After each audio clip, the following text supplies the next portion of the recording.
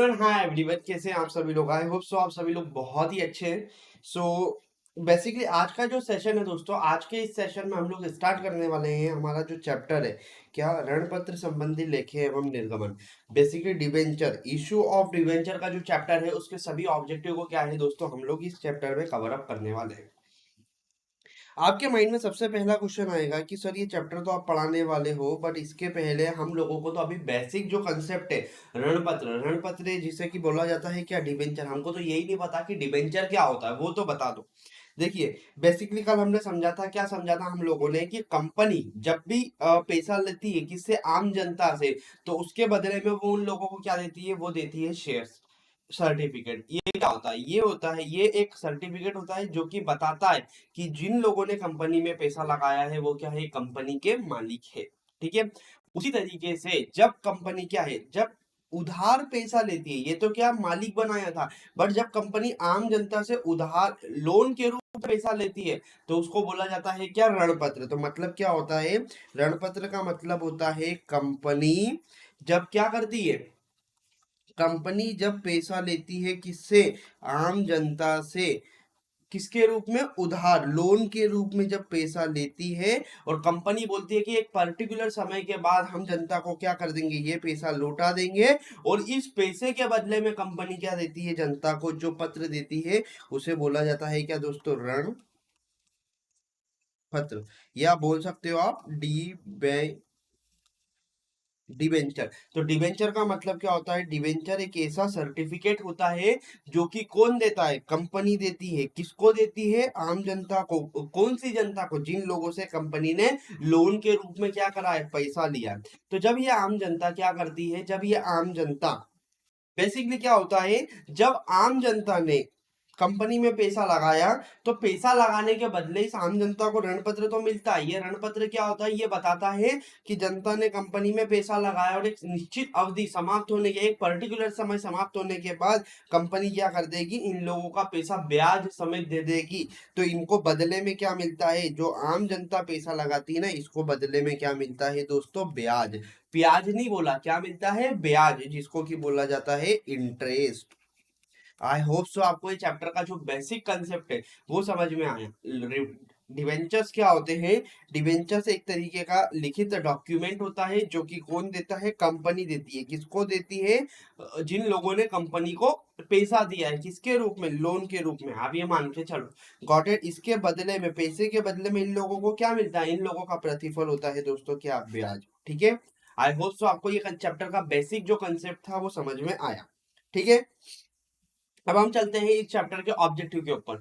सबसे पहला चीज, रणपत्रधारी कंपनी के होते हैं, रणपत्रधारी कंपनी के क्या होते हैं, रणपत्रधारी कंपनी के होते हैं लेनदार। लेनदार का मतलब वो लोग जिनको कंपनी से क्या है, पैसा लेना है। ठीक है। तो आप यहाँ पे लिख लो, वो लोग जिनको कंपनी से पैसा लेना है। ठीक है। आई होप सो आपको समझ में आई। ये चीजें आप लिख कर रखो। क्यों लिख कर रखो, क्योंकि ये चीजें जब आप रिवाइज करोगे ना तो आपको यदि फंडामेंटल कंसेप्ट क्लियर होंगे ना तो डैम श्योर किसी भी तरीके से एग्जामिनर क्वेश्चन को घुमा दे, आप कभी भी क्वेश्चन को गलत नहीं करोगे। ऐसे रणपत्र जिनका हस्तांतरण केवल सुपुर्दगी से हो सकता है। सुपुर्दगी का मतलब क्या, सुपुर्दगी का मतलब मतलब जैसे फॉर एग्जांपल ये मानकर चलो, जस्ट मिनट, ये मानकर चलो एक ये डिवेंचर का सर्टिफिकेट है, आपको दिख रहा है, ये डिवेंचर का क्या है, ये डिवेंचर का एक सर्टिफिकेट है। ये सर्टिफिकेट जैसे फॉर एग्जांपल एक व्यक्ति किसी दूसरे व्यक्ति को ले जाकर दे देता है, बट इसमें नाम क्या है, इसमें नाम किसी भी व्यक्ति का नहीं है।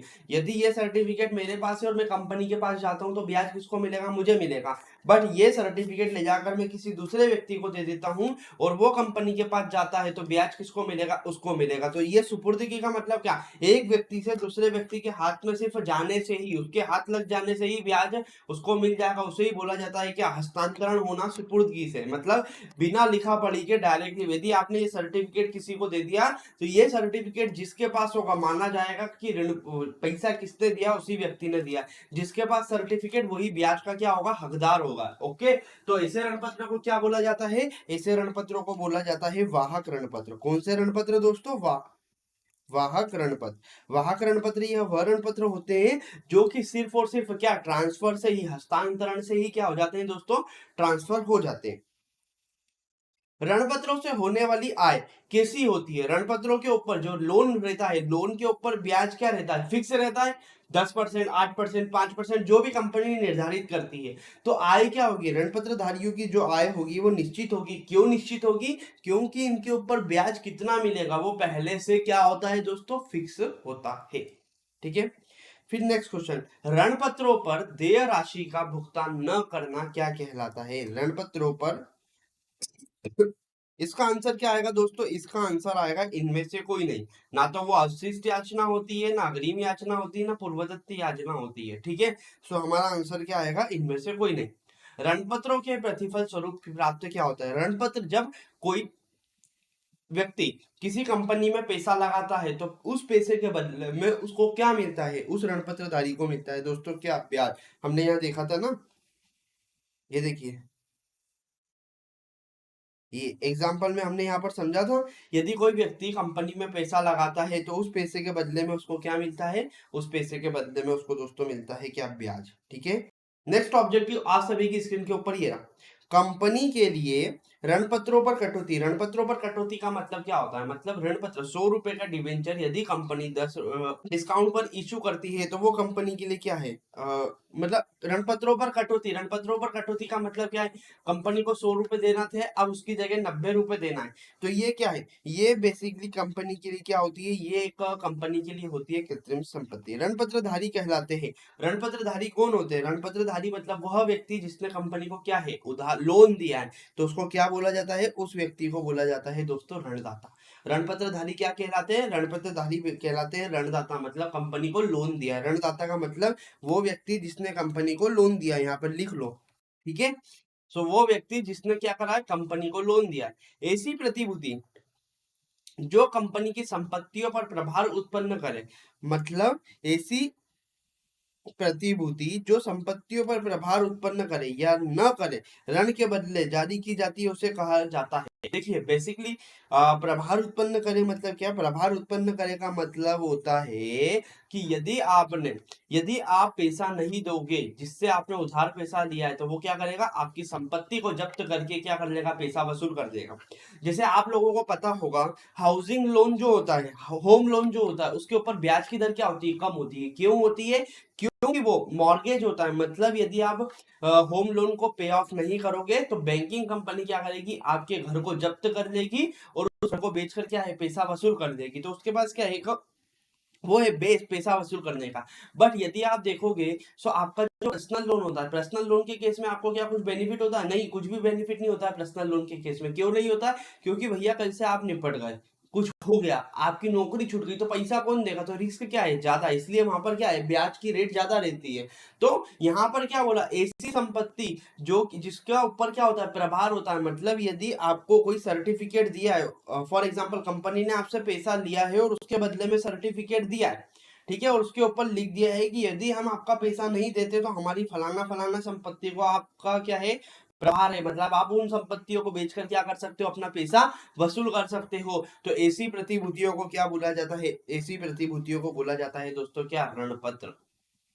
आपको समझ में आया होगा। रणपत्र मतलब ये क्या है? रणपत्र ऐसे वो होते हैं प्रमाण पत्र जिसमें स्पेसिफिकली लिखा होता है कि यदि कंपनी पैसे का भुगतान नहीं करेगी तो फलाना फलाना संपत्ति को आप क्या है? बेचकर अपना पैसा दोस्तों क्या कर सकते हो? रिकवर कर सकते हो।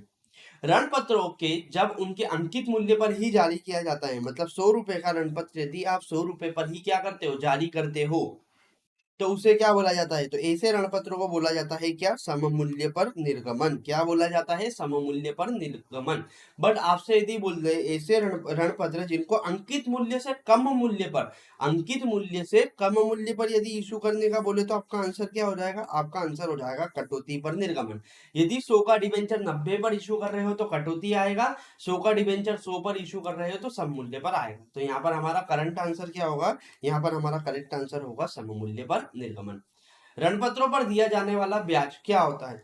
ऋणपत्रों पर जो ब्याज दिया जाता है कंपनी के द्वारा ऋणपत्रधारी को जो सालाना ब्याज दिया जाता है, क्या वो ब्याज की दर निश्चित होती है या सब उस ब्याज की दर क्या होती है दोस्तों? निश्चित होती है। प्रथम ऋणपत्र है, प्रथम ऋणपत्र कितने होते हैं? 3 होते हैं। ऋणपत्रों के प्रकार कितने?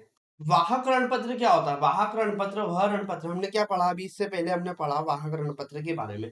वाहक ऋणपत्र क्या, वह ऋणपत्र जिसका की ट्रांसफर जो है वो कैसे हो जाता है, सुपुर्दगी से, मतलब ट्रांसफर, मेरे पास वो ऋणपत्र था, मैंने आपको दे दिया, तो उसका मालिकाना हक किसका हो गया, आपका हो गया। इसीलिए हम बोलेंगे वाहक ऋणपत्र वह ऋणपत्र होते हैं जिसका हस्तांतरण किससे हो जाता है दोस्तों, सुपुर्दगी से हो जाता है। मतलब मैंने यदि वो ऋणपत्र लेके आपको दे दिया तो उसका मालिक कौन बन जाएगा, आप बन जाओ। ठीक है। वे ऋणपत्र जो सुपुर्दगी द्वारा हस्तांतरित होते हैं उन्हें कौन सा ऋणपत्र कहते हैं, उसे कहते हैं वाहक ऋणपत्र। वाहक ऋणपत्र मतलब क्या, मेरे पास ये सर्टिफिकेट था, इसके ऊपर मेरा नाम नहीं लिखा था, ये सर्टिफिकेट उठाकर मैंने आपको दे दिया, तो ब्याज किसको मिलने लग जाएगा, आपको मिलने लग जाएगा, क्योंकि इसके ऊपर क्या होता है, इसके ऊपर मेरा नाम जो है दोस्तों नहीं लिखा होता है। इसलिए वाहक ऋणपत्र वह ऋणपत्र होते हैं जो कि क्या होता है, सुपुर्दगी मतलब ट्रांसफर करने से आपको दे दिया, तो उसका मालिक कौन बन गया, आप बन गए। व्यवसाय के खरीदने के समय खरीद प्रतिफल पर निवल संपत्तियों का अधिक मूल्य कहा जाता है। पूंजी आरक्षित मतलब क्या, मेरी बात सुनिए, यदि आप कोई बिजनेस खरीद रहे हो, फॉर एग्जांपल आप बिजनेस खरीद रहे हो कितने में, 100 रुपए में, और आपको मिल रही है 120 रुपए की संपत्तियां, मतलब 100 रुपए आप पैसा दे रहे हो और आपको मिल रही है संपत्ति कितने रुपए की, आपको मिल रही है संपत्ति दोस्तों 120 रुपए की। तो जो ये 20 रुपए आप लोगों को ज्यादा मिल रहे हैं ना, इसको क्या बोला जाएगा, पूंजी आरक्षित। मतलब ये क्या है, आपका कैपिटल नेचर का प्रॉफिट होता है। Got it. नेक्स्ट क्वेश्चन, स्वयं के ऋण पत्र वे प्रपत्र है जो कंपनी बाजार से खरीदती है और निवेश के रूप में अपने पास रखती है। Got it. बाजार से क्या करती है, खरीदती है और निवेश के रूप में। स्वयं के ऋणपत्र वे प्रपत्र है मतलब क्या, बेसिकली यदि कंपनी क्या करना चाहती है, अपना ब्याज बचाना चाहती है, तो कंपनी क्या करेगी, वो मार्केट में जाएगी, बोल देगी भैया आप जिन जिन लोगों ने हमको लोन दिया था हम उनके ऋणपत्रों को क्या है, खरीदना चाहते हैं, तो क्या होगा, ब्याज कंपनी का बच जाएगा। तो कंपनी क्या करेगी, ओपन मार्केट में जाएगी, कंपनी के पास यदि केस ज्यादा है तो क्या करेगी, कंपनी मार्केट में जाएगी और वो डिवेंचर होल्डर को बोलेगी कि भैया बेच दो, जो जो लोग अपने डिवेंचर सर्टिफिकेट बेचना चाहते हैं वो बेच दो, हम खरीदने आए हैं। कंपनी खरीद लेगी और कंपनी का क्या हो जाएगा दोस्तों, ब्याज बच जाएगा। Got it. स्वयं के ऋण पत्रों के रद्दीकरण का हस्तांतरण किया जाता है पूंजी निधि से। कैसे किया जाता है, पूंजी निधि से। निवेश के वसूलीकरण के पश्चात निक्षेप विधि निवेश खाते का शेष हस्तांतरण किस खाते में किया जाता है, निक्षेप निधि खाता। निवेश के वसूलीकरण के पश्चात निक्षेप निधि निवेश खाते का हस्तांतरण किस खाते में किया जाता है, निक्षेप निधि खाता। ठीक है। यहाँ पर हमारे जो ऑब्जेक्टिव्स थे मल्टीपल चॉइस क्वेश्चन वो क्या थे दोस्तों, खत्म हो चुके। अब हम मूव ऑन कर रहे हैं किसके ऊपर, रिक्त स्थानों की पूर्ति के ऊपर। ऋणपत्रों को भुगतान कब कब किया जाता है, तो जो ऋणपत्र होते हैं उसका भुगतान कंपनी के जीवन काल में ही दोस्तों किया जाता है। मतलब कंपनी जब लिक्विडेट होगी तब उसका पेमेंट, देखिए शेयर्स के केस में तो क्या होता है, यदि आपने शेयर कंपनी के शेयर्स में पैसा लगाया तो आपको पैसा तब तक रिटर्न नहीं मिलेगा जब तक कंपनी बंद नहीं होती, कंपनी लिक्विडेट नहीं होती। बट यदि आप लोगों ने ऋणपत्र में क्या है दोस्तों, यदि आप लोगों ने ऋणपत्र में पैसा लगाया है तो आपका पैसा जो है कंपनी के जीवन काल में ही क्या है दोस्तों, मिल जाएगा। मतलब कंपनी ने यदि बोला होगा 5 साल में ऋणपत्र का पैसा दे देंगे, 10 साल में ऋणपत्र का पैसा दे देंगे, तो आप लोगों को क्या है 5 साल या 10 साल में पैसा आप लोगों का क्या हो जाएगा, रिकवर हो जाएगा या आपको पैसा मिल जाएगा। ऐसे ऋणपत्र जिन्हें अन्य ऋणपत्रों की अपेक्षा भुगतान प्राप्त करने का अधिकार सर्वप्रथम होता है उन्हें कौन से ऋणपत्र कहते हैं, तो प्रथम ऋणपत्र या वह ऋणपत्र होते हैं जिनको सबसे पहले, ऋणपत्र क्या होता है, ऋणपत्रों को शेयर होल्डर के पहले, ऋणपत्रधारी जो होते हैं, डिबेंचर्स होल्डर्स जो होते हैं उनको शेयर होल्डर के पहले क्या मिलता है, पैसा मिलता है यदि कंपनी बिकती है तो। बट इसमें भी ऋणपत्र में भी 3 कैटेगरी होती है, प्रथम सेकंड थर्ड। यदि आपका प्रथम ऋणपत्र, प्रथम कैटेगरी का ऋणपत्र है तो सबसे पहले यदि कंपनी बंद होगी तो सबसे पहले पैसा मिलने का हक किसका रहेगा, प्रथम ऋणपत्र धारियों को रहेगा। तो ऐसे ऋणपत्र जिन्हें अन्य ऋणपत्रों की अपेक्षा, क्या बोला गया, अन्य ऋणपत्रों की अपेक्षा पहले पैसा प्राप्त करने का अधिकार होता है उन्हें कहा जाता है प्रथम ऋणपत्र। ऋणपत्रधारी क्या होते हैं, कंपनी के प्रबंध में हस्तक्षेप नहीं कर सकते हैं। प्रबंध का मतलब क्या होता है, मैनेजमेंट। Got it. प्रबंध का मतलब क्या होता है दोस्तों, मैनेजमेंट। तो जो ऋणपत्रधारी होते हैं वो कंपनी के डे टू डे ऑपरेशंस जो होता है, ऋणपत्रधारी क्या होते हैं, ऋणपत्रधारी कंपनी को लोन देते हैं। तो क्या ब्याज देने वाले का कोई हक होता है क्या कामकाज में? नहीं। हमने कभी बैंक से लोन लिया तो वो क्या हमारे day to day business operation में परेशान करेगी? नहीं। इसीलिए ऋणपत्रधारी जो होते हैं उनको भी क्या होता है, मैनेजमेंट में हस्तक्षेप करने का, प्रबंध में हस्तक्षेप करने का कोई राइट नहीं होता है। ऋणपत्र को प्राय के बदले निर्गमित करते हैं। ऋणपत्रों को किसके बदले में निर्गमित किया जाता है? यदि कंपनी किसी व्यक्ति को ऋणपत्र दे रही है तो उसके बदले में कंपनी को क्या मिलता है? रोकड़ा, जिसे क्या बोला जाता है? रोकड़। तो ऋणपत्र किसके बदले में दोस्तों इशू किए जाते हैं? ऋणपत्र बेसिकली रोकड़ के बदले में इशू किए जाते हैं। किसके द्वारा इशू किए जाते हैं? तो ऋणपत्र को कंपनी के द्वारा इशू किया जाता है। आई होप सो आपको दोस्तों ऑब्जेक्टिव समझ में आ रहा है। साधारणतया ऋणपत्र पर ब्याज का भुगतान, बेसिकली जो ऋणपत्र होते हैं उस पर कितने महीने के अंतराल में, कितने समय में ब्याज का भुगतान कर दिया जाता है? तो ऋणपत्र में कितने महीने में ब्याज का भुगतान किया जाता है? ऋणपत्र में 6 महीने के अंदर, हर 6 महीने में क्या होता है, ब्याज का भुगतान किया जाता है। वह ऋणपत्र जो लिए गए ऋणपत्र ऋण के बदले कंपनी की सार्वभौम मुद्रा के अधीन जारी किया जाता है कहलाता है। वह पत्र, क्या बोला गया?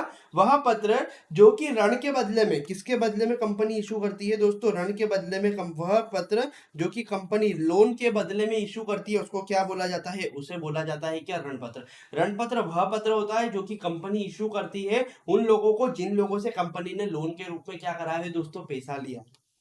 ऐसे ऋणपत्र जिन्हें कंपनी द्वारा दी गई एक निश्चित अवधि में अंशों में बदला जा सकता है। मतलब क्या? यदि कंपनी ने फॉर एग्जांपल लोन के रूप में पैसा लिया था और जिन लोगों से लोन के रूप में पैसा लिया था उन लोगों को कंपनी ने क्या करा था? उन लोगों को कंपनी ने दिया था ऑप्शंस कि आप लोग क्या कर सकते हो, आप चाहो तो इन ऋण पत्र को क्या कर सकते हो, इन ऋण पत्र को शेयर्स में कन्वर्ट कर सकते हो। तो ऐसे ऋण पत्र को क्या बोला जाता है? ऐसे ऋण पत्रों को बोला जाता है परिवर्तनीय ऋण पत्र। ठीक है, परिवर्तनीय। कौन से? परिवर्तनीय। मतलब आप इसको क्या कर सकते हो? डिवेंचर से कन्वर्ट कर सकते हो शेयर्स के रूप में। इसीलिए ऐसे ऋण पत्र जिनको आप डिवेंचर से क्या कर सकते हो? शेयर में कन्वर्ट कर सकते हो, ऐसे ऋण पत्र कहलाते हैं परिवर्तनीय, जिसको परिवर्तन का मतलब चेंज कर सकते हो। जो राशि किसी ऋणपत्रधारी द्वारा कंपनी के मांगने पर भी निर्धारित तिथि तक प्राप्त नहीं होती है उसे कहा जाता है अदत्त याचना। अदत्त याचना का मतलब क्या होता है? आउटस्टैंडिंग। मतलब क्या? कंपनी ने पैसा मांगा था डिवेंचर होल्डर से। फॉर एग्जाम्पल डिवेंचर्स भी क्या हो सकता है? डिवेंचर्स भी कंपनी टुकड़े में इशू कर सकती है। कंपनी बोलती है हम 10 रुपए का डिवेंचर आप लोगों को क्या है, डिवेंचर होल्डर इशू कर रहे हैं, बट हमें आज 10 के 10 रुपए की जरूरत नहीं है, 5 रुपए आज चाहिए, 4 रुपए सेकेंड कॉल पर चाहिए और 1 रुपया आखिरी कॉल पर चाहिए। तो 5 रुपए जब पहली कॉल के पैसे तो जब मिलेंगे तब डिवेंचर इशू होगा, बट सेकेंड कॉल के जो 4 रुपए थे कंपनी ने मांगे बट उसके डिवेंचर होल्डर ने दिए नहीं है कंपनी को, तो उसे क्या बोला जाएगा दोस्तों? उसे बोला जाएगा अदत्त याचना। आई होप सो आपको क्लियर हुआ। जब ऋण पत्रों पर देय राशि का भुगतान याचना देय होने के पूर्व ही कर दिया जाता है, मतलब कंपनी ने, यदि फॉर एग्जांपल कंपनी ने मांगा और 4 रुपए नहीं मिला तो उसे क्या बोला जाएगा? अदत्त याचना। बट 4 रुपए कंपनी ने अभी मांगा ही दोस्तों नहीं है, बट उसके डिवेंचर होल्डर ने क्या करा? एडवांस में दे दिया। उसने बोला मेरे पास तो साहब क्या है, बहुत पैसा है, आप तो ले जाओ, जा सिमरन जा, जी ले अपनी जिंदगी। ठीक है, तो ये जो 4 रुपए कंपनी को क्या है, यदि एडवांस में मिल गए तो उसे क्या बोला जाता है दोस्तों? उसे बोला जाता है अग्रिम याचना। अग्रिम याचना का मतलब क्या होता है? ये वो पैसा होता है जो कि कंपनी, डिवेंचर होल्डर से कंपनी को एडवांस में मिल चुका है बट कंपनी ने अभी उन लोगों से मांगा नहीं है। नेक्स्ट क्वेश्चन, रणपत्रों पर दिया जाने वाला बट्टा। रणपत्रों पर यदि कोई कंपनी डिस्काउंट देती है तो उसको बैलेंस शीट में किस पक्ष में दिखाएंगे? यदि लोन डिवेंचर्स के ऊपर कंपनी कोई डिस्काउंट देती है तो उसको हम क्या करेंगे? विविध व्यय शीर्षक मिसलेनियस एक्सपेंडिचर में दिखाएंगे। किस साइड में? संपत्ति पक्ष में। तो उसको दिखाया जाएगा, उसको कहां दिखाया जाएगा दोस्तों? उसको दिखाया जाएगा मिसलेनियस एक्सपेंडिचर में। ठीक है, उसको कहां दिखाया जाएगा? उसको दिखाया जाएगा मिसलेनियस एक्सपेंडिचर में।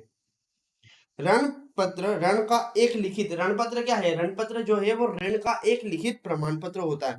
मतलब यदि ऋण पत्र क्या है? ऋण पत्र ये बताता है कि कंपनी ने क्या है, उधार पैसा लिया है और उसका प्रमाण पत्र है और कंपनी को ये पैसा क्या है, डिवेंचर होल्डर को दोस्तों देना है। हाँ जी दोस्तों, तो अब हमारा जो नेक्स्ट टॉपिक है वो क्या है? नेक्स्ट टॉपिक हम लोगों का है सत्य असत्य लिखिए, ठीक है। तो सत्य असत्य के ऊपर आया, अब हम लोग मूव ऑन कर रहे हैं। पहला क्वेश्चन, रणपत्रधारी कंपनी के क्या होते हैं? रणपत्रधारी क्या कंपनी के स्वामी होते हैं? नहीं, कंपनी का स्वामी कौन होता है? हमारे अंशधारी, जो कि क्या होते हैं? Share holder. तो क्या रणपत्र डिबेंचर होल्डर कंपनी के स्वामी होते हैं? नहीं, ये क्या होते हैं? कंपनी के लेनदार होते हैं, आपको पता होगा। ऋणपत्रधारी को एक निश्चित दर से क्या ब्याज मिलता है? निश्चित दर से ब्याज मिलता है, यस ऑफ कोर्स। ऋणपत्रधारी को अपने दिए लोन के बदले में क्या होता है? एक निश्चित दर से ब्याज मिलता है। ऋणपत्रों पर याचना राशि न प्राप्त होने पर उसका हरण कर सकते हैं। यदि ऋणपत्र, जिन लोगों ने कंपनी को लोन दिया है, यदि वो लोग कॉल्स का पैसा नहीं देते तो क्या हम ऋणपत्र को फॉरफिट कर सकते हैं, हरण कर सकते हैं? नहीं, ऋणपत्र को आप किसी भी तरीके से फॉरफिट नहीं कर सकते। ऋणपत्रों का निर्गमन रोकड़ के अतिरिक्त अन्य प्रतिफल के बदले भी किया जा सकता है। मतलब कंपनी बोले कि आप हमको कैश मत दो, कैश के बदले में कोई वस्तु दे दो, कोई संपत्ति दे दो, उसके बदले में हम क्या करेंगे? आपको डिबेंचर इशू कर देंगे। हो सकता है यदि कोई मैन्युफैक्चरिंग कंपनी है और वो बोले कि हमारे को एक मशीन की आवश्यकता थी, मशीन मैन्युफैक्चरिंग कंपनी से बोले कि आप हमको मशीन दे दो और हम बदले में आपको क्या दे देंगे? ऋणपत्र दे देंगे। तो क्या ऐसा संभव है? यस ऑफ कोर्स, ऐसा संभव हो सकता है। कंपनी के ऋणपत्र सामान्यतः हस्तांतरित तो होते हैं। क्या कंपनी के जो ऋणपत्र होते हैं वो हस्तांतरणीय होते हैं? मतलब कंपनी के ऋणपत्र को एक व्यक्ति दूसरे व्यक्ति को दे सकता है क्या? यस ऑफ कोर्स, कंपनी का जो ऋणपत्र होता है एक व्यक्ति दूसरे व्यक्ति को दे सकता है। ऋणपत्रधारियों को निश्चित दर से क्या लाभांश मिलता है? क्या लाभांश, यहाँ पर शब्द क्या दिया दोस्तों? लाभांश। क्या ऋणपत्रधारियों को लाभांश मिलता है? क्या लाभांश नहीं मिलता है, इनको क्या मिलता है? ब्याज मिलता है। इसलिए ये कथन क्या हो जाएगा दोस्तों? हमारा हो जाएगा असत्य। शोध्य ऋणपत्रों का भुगतान एक निश्चित अवधि के बाद किया जाता है। शोध्य ऋणपत्र मतलब ऐसे ऋणपत्र जिनको एक निश्चित अवधि के बाद में क्या होगा? निश्चित अवधि के बाद में पेमेंट कर दिया जाएगा, उनको क्या बोला जाता है? उन ऋणपत्रों को दोस्तों बोला जाता है शोध्य ऋणपत्र। कौन से ऋणपत्र? शोध्य ऋणपत्र। शोध्य ऋणपत्र वह ऋणपत्र होते हैं जिन पर एक निश्चित, एक पर्टिकुलर समय खत्म होने के बाद उन ऋणपत्रों का क्या कर दिया जाएगा? उन ऋणपत्रों का दोस्तों पेमेंट कर दिया जाएगा। नेक्स्ट क्वेश्चन आपकी स्क्रीन के ऊपर ये रहा। ऐसे ऋणपत्र जिनको अंशों में बदलने की सुविधा होती है, मतलब वो ऋणपत्र जिनको आप आसानी से क्या कर सकते हो?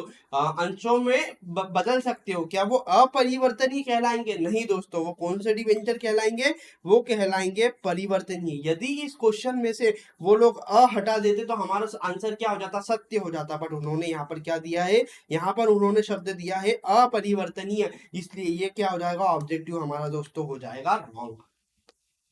ऋणपत्रधारियों का कंपनी के संचालन में कोई हस्तक्षेप नहीं होता है। क्या यह कथन सत्य है? ऑफ कोर्स, जो ऋणपत्रधारी होते हैं ये कंपनी को क्या देते हैं? लोन देते हैं, और लोन देने वाले का कंपनी के मैनेजमेंट, संचालन मतलब मैनेजमेंट में कोई हस्तक्षेप करने का अधिकार नहीं होता है। इसीलिए यह कथन क्या हो जाएगा? सत्य हो जाएगा।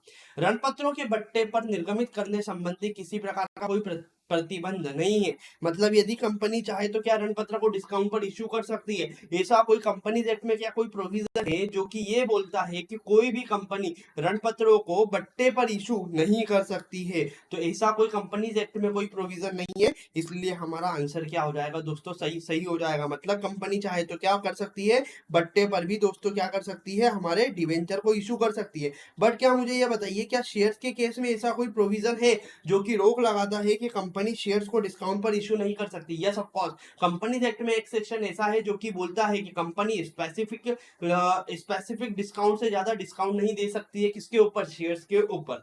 ऋणपत्र कंपनी की ऋण पूंजी नहीं होते हैं। ऋण पूंजी भैया, ऋण पूंजी तो है। ऋण पूंजी का मतलब क्या है? लोन के द्वारा ली गई पूंजी। तो कंपनी की ऋण पूंजी नहीं है। नहीं यार, लोन के द्वारा ली गई पूंजी क्या कहलाती है? ऋण पत्रों से जो पैसा मिलेगा वो लोन की पूंजी है। इसलिए ये कथन क्या हो जाएगा दोस्तों? ये कथन हमारा हो जाएगा असत्य।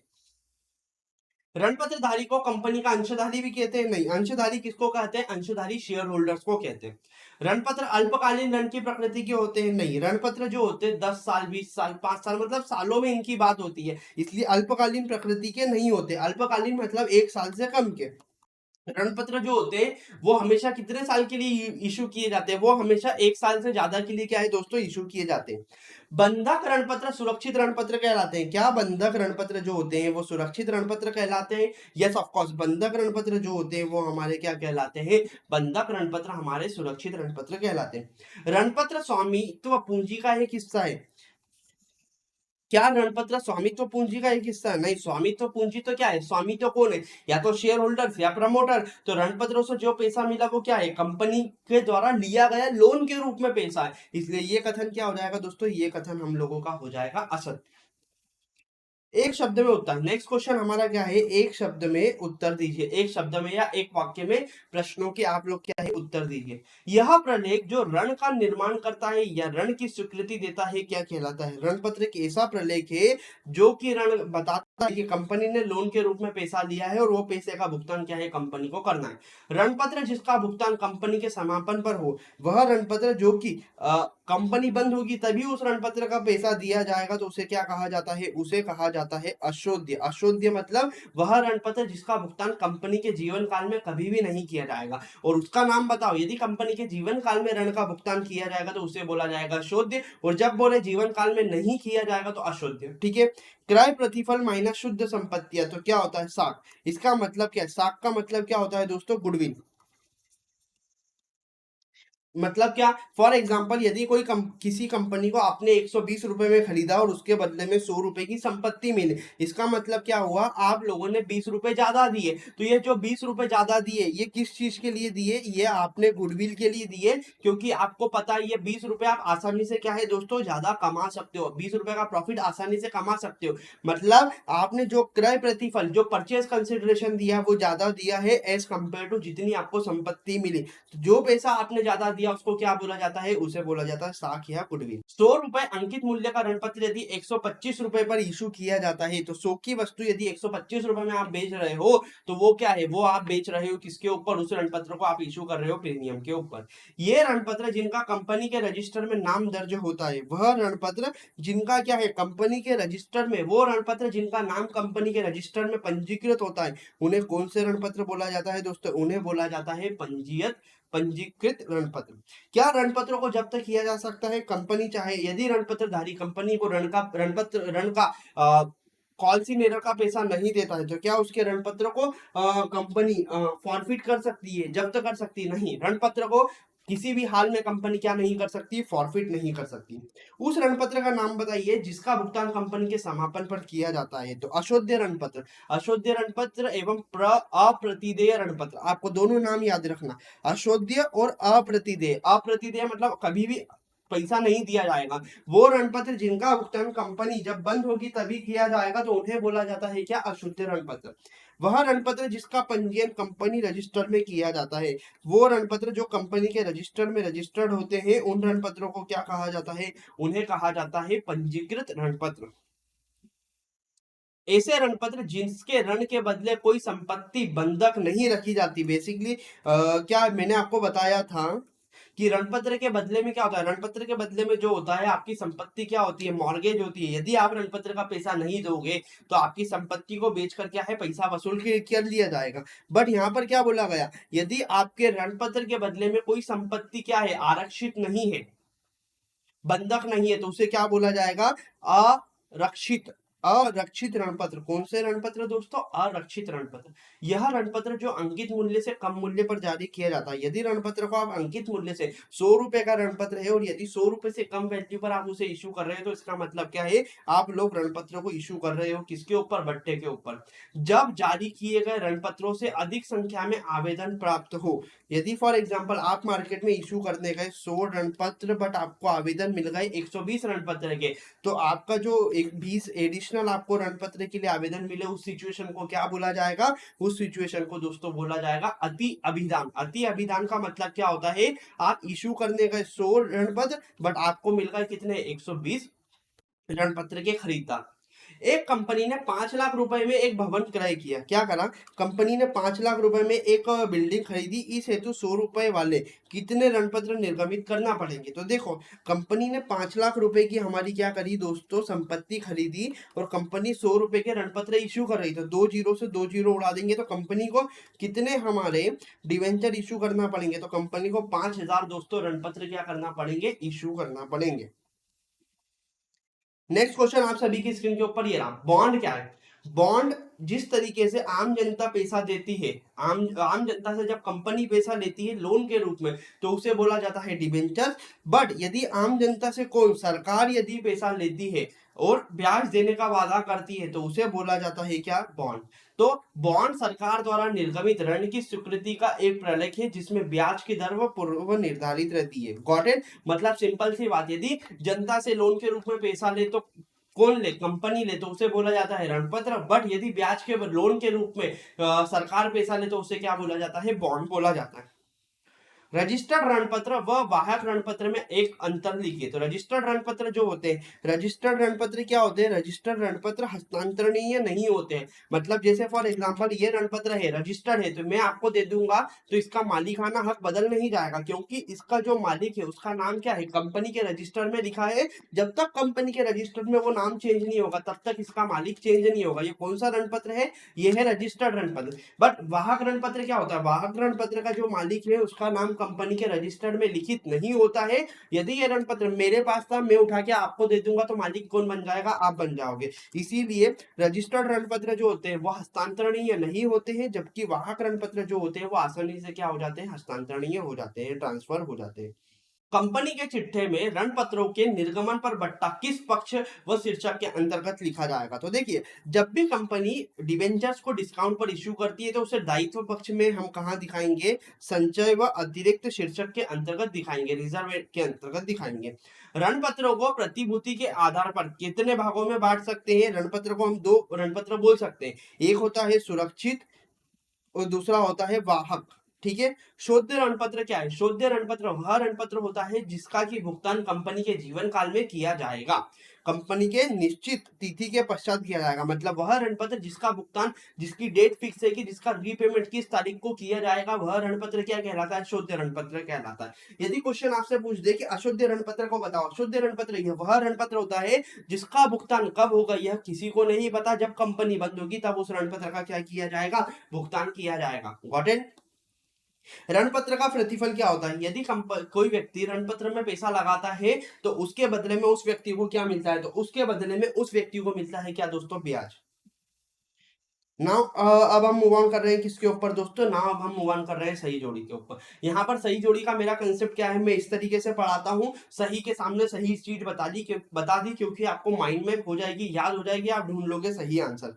कंपनी के रजिस्टर में लेखा पंजीकृत ऋण पत्र जो होते हैं उसका नाम, पंजीकृत ऋण पत्र मतलब जो ऋण पत्र का मालिक है उसका नाम कहाँ पर लिखा होता है, कंपनी के रजिस्टर में यदि उसका नाम लिखा है तो वो क्या है, पंजीकृत ऋण पत्र है। संपत्ति बंधक बनाना, रक्षित ऋण, सुरक्षित ऋण पत्र, ऋण पत्र मतलब जो रक्षित ऋण पत्र है उसके अंदर क्या होती है, संपत्ति बंधक होती है। यदि कंपनी पैसा नहीं देती है तो संपत्ति को बेचकर क्या है, पैसा वसूल किया जा सकता है।